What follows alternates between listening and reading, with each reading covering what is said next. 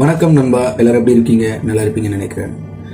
இன்றைக்கு இந்த சம்பவம் வந்து ஒரு காலையிலேருந்து ஒரு மனது ஒரு உருடலாகவே இருந்தது.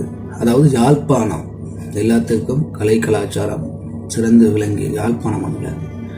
இன்றைக்கு ஒரு பள்ளி மாணவி அவள் கருவிட்டு இருந்திருக்கிறாள். பிள்ளைய ஹாஸ்பிட்டலில் பெற்றுட்டு பிள்ளைய விட்டுட்டு அவன் மாயமாக மறைஞ்சிட்டா, அதாவது ஓடி போயிட்டா அப்படின்ற செய்தி இன்றைக்கு பரவக்கூடிய மாதிரி இருந்தது. இப்போ எங்களோட நாடு, எங்களோட கலாச்சாரம் எதை நோக்கி போய்கொண்டிருக்குன்னு தெரியலை.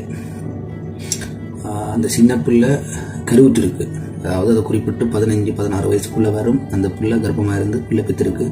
பிள்ளை பெற்றுட்டு அந்த பிள்ளை பிரசவ டைமில் விட்டுட்டு போயிட்டு, அதாவது அந்த பிள்ளைகளை வளர்க்க முடியாது அப்படின்னு சொல்லி விட்டுட்டு போயிட்டு என்றதை ஏற்றுக்கொண்டாலும் அந்த பிள்ளை கர்ப்பமாக இருந்து அந்த பெற்றவங்க தான் அதை பார்த்துருக்குறாங்க. பார்த்த பிறகு இப்போ ஹாஸ்பிட்டல் வரைக்கும்